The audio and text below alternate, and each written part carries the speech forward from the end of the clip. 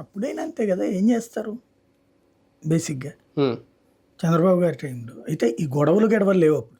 అంటే కూరగాయలు ఎంత బాగా లేవు, కొట్టడాలు, ఎంత ఆడవాళ్ళు. ఇట్లాంటిది లేదు. ఇంత ప్రతీకార దాడులు లేవు అప్పుడేమి అవును.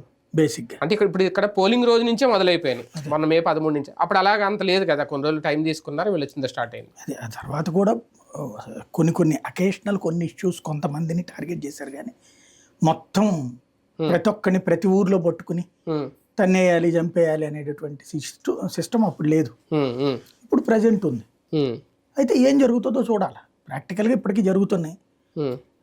పోలీస్ డిపార్ట్మెంట్ సైలెంట్గా కొన్ని చోట్ల దాడులు చేస్తుంటే లైట్లు తీసేసి మరీ సహకరిస్తున్నటువంటి సంఘటనలు ఇట్లాంటివి నడుస్తున్నాయి అధికారులు కూడా చూసి పల్నాడు ఏరియాలో.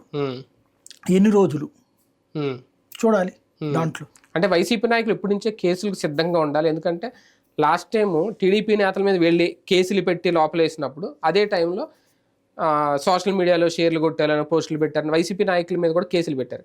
ఆ కేసులు ఇప్పుడు తీసి నోటీసులు ఇస్తున్నారు. ఏంటి దాని సంకేతం?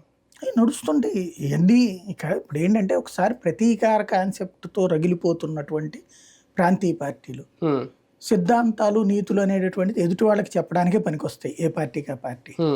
ఇప్పుడు భారతీయ జనతా పార్టీ, జనసేన, వైఎస్ఆర్ కాంగ్రెస్ పార్టీ వాళ్ళ మీద, సోషల్ మీడియా వాళ్ళ మీద తెలుగుదేశం